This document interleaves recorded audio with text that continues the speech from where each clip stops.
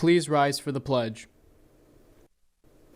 I pledge allegiance to the flag of the United States of America and to the republic for which it stands, one nation, under God, indivisible, with liberty and justice for all. Coming up, on-location coverage of BEPM's first ever Athletic Hall of Fame. An important story about the misuse of AI. More on the class of 2026's valedictorian and salutatorian. And lastly, a little about this past weekend's events. I'm Hallie, Gillison. And I'm Brigid, Flanagan. And these are the BMB Morning Announcements.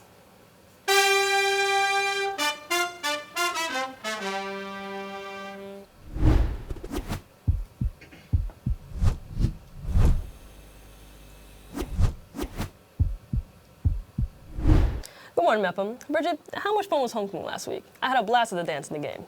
Me too. Once again, the Mepham Pirates beat MacArthur. That game was wild, with the last-minute interception by Tyler Gaskin to seal the win. BMB will have live coverage of Saturday's game against Long Beach starting at 2 p.m. As wild as that game was, it's nothing compared to the Galapagos Islands. Galapagos Islands? That's right, Hallie. This year, Mepham students will have the opportunity to take this trip to the Galapagos Islands. There are still 2 weeks to sign up for the trip. If you're interested in hanging out with rare animals and learning on an island instead of a classroom, you can go visit the trip's website or visit Mr. Passanissi in room 108 on Mondays, Wednesdays, and Thursdays for more details. You know, I wouldn't mind hanging out with a turtle instead of going to my math class. Well, good news for you, because instead of going to your math class next Thursday, we have the day off. I'm so excited. I've been looking forward to having an extra day to sleep in, but I honestly have no clue what we have it off, Brigid. Really, Hallie? We just had 2 days off. Yes, really. Anyway, because it's Yom Kippur, of course, only the holiest day in the Jewish year. It's also known as the Day of Atonement, when Jewish people seek forgiveness for sins committed in the past year, both from God and from other people. As part of the observance of the holiday, people do not eat from sundown the night before through sundown on Thursday. Turning back to events here at Mepham, last Saturday, as a part of the homecoming festivities, the inaugural class of inductees into the Mepham Athletic Hall of Fame were inducted. For more on the brand new Athletic Hall of Fame, here's BMB's Dana Stone. Last weekend, Mepham inducted its first class into the Athletic Hall of Fame. This serves to honor players and coaches who have made a lasting impact on and off the field. The efforts of these inductees will be remembered for decades. As the mother of 2 young boys who are future Pirates, I hope that they can at least brag about their mother, if not be on the field themselves and have a chance to make it to the wall. The Athletic Hall of Fame will preserve the history of Mepham sports and will inspire current and future generations of Pirates to follow in the footsteps of those who came before them. Each of the inductees were excellent, not only in their sports, but they were also great people. They all possessed a deep and great love for Mepham. And I think that's what really made this special, was that it gave them a great sense of pride to be recognized by a place in a community that they love so much. The Hall of Fame is a reminder of the history that has led to Mepham sports today and what makes Mepham students proud to call themselves Pirates. That's all from me. I'm Dana Stone, sending it back to the studio. Dana, congratulations to everyone who had the honor of being inducted into Mepham first ever Athletic Hall of Fame. With the school year now in full swing, assignments and homework have been constant. With advances in technology, the use of AI in the classroom has become an important topic of conversation. But it's not just AI in the classroom that we need to talk about. AI has been having a growing impact across society and is in places where you wouldn't expect it to be. For more on AI in our world today, here's BMB's Mya Passanissi. She knows all the facts. Thanks, guys. As we all know, AI has been a growing technology with many different chatbots like ChatGPT, Google Gemini, Grok, and Meta AI, to name a few. A common talking point about AI in schools is whether it is causing academic dishonesty. But the negative impacts go much further than just inflated grades. The world of journalism has been facing serious setbacks from the common use of AI.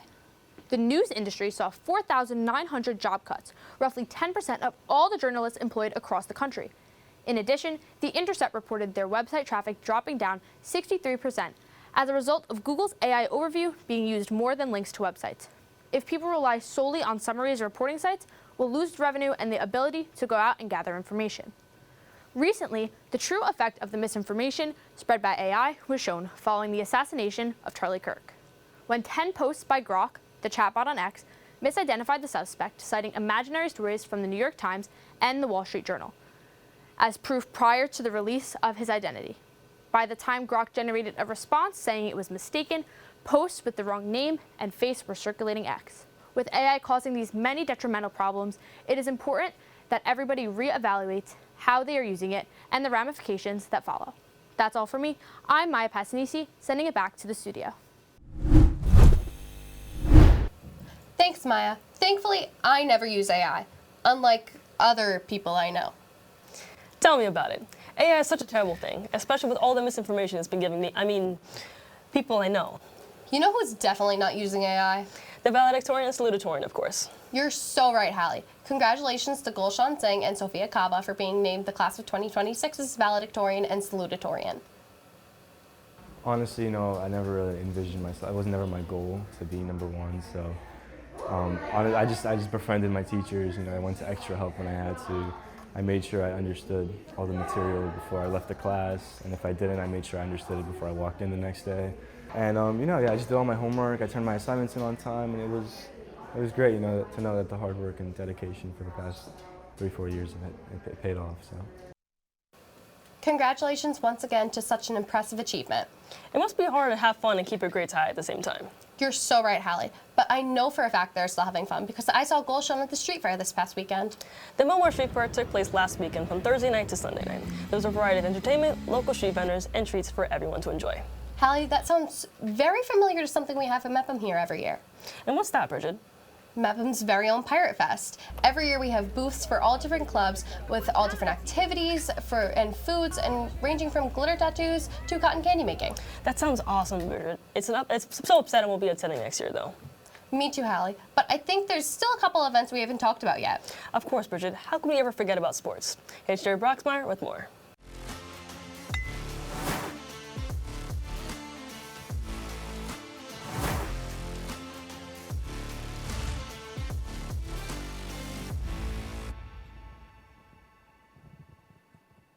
Thanks, guys. Starting on the court, the girls team played Oceanside and will face Long Beach next week.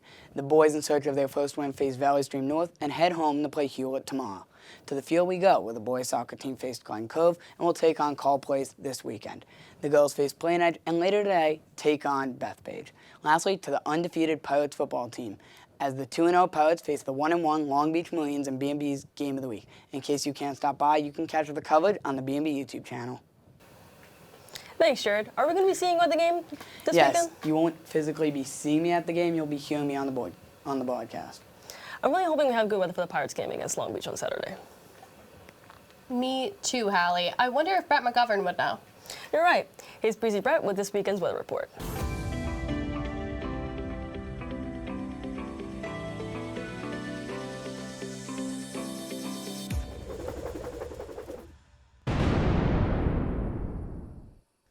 Happy Friday, Pirates. I'm so excited to be here on the morning announcements for the very first time as Breezy Brett.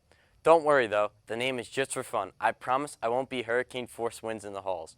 Now let's talk about the weather. Today, it's going to be hot and sticky with a high of 79 and a low of 68. Winds will only be about 4 to 11 miles per hour, so don't expect much of a breeze to save you from the humidity. Moving into Saturday, it'll cool down just a little with a high of 76 and a low of 63. Winds are calmer around 3 to 6 miles per hour, and skies will be cloudy. Not the best for sunglasses, but hey, at least you won't melt. And on Sunday, grab an umbrella if you're heading out. We'll have a high of 72 and a low of 65, and some drizzle in the afternoon. Nothing major, but just enough to mess up your hair. That's your weekend weather. Thanks for tuning in to my debut forecast. I'll try to keep things sunny in spirit, even if the skies don't. Now sending it back to Brigid and Hallie in the studio. Thanks, Brett. And do you know what kind of weather we're going to be expecting for Saturday for the game against Long Beach? It should be sunny and clear skies, and let's hope the Pirates win the game.